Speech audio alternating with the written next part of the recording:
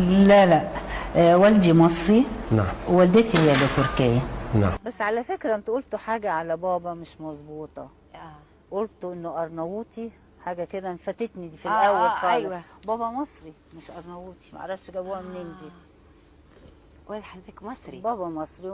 عشانك يا قمر اطلع لك القمر، عشانك يا قمر اطلع لك القمر، مادام هواك قمر اطوعك يا قمر، بحبك احبك احبك احبك يا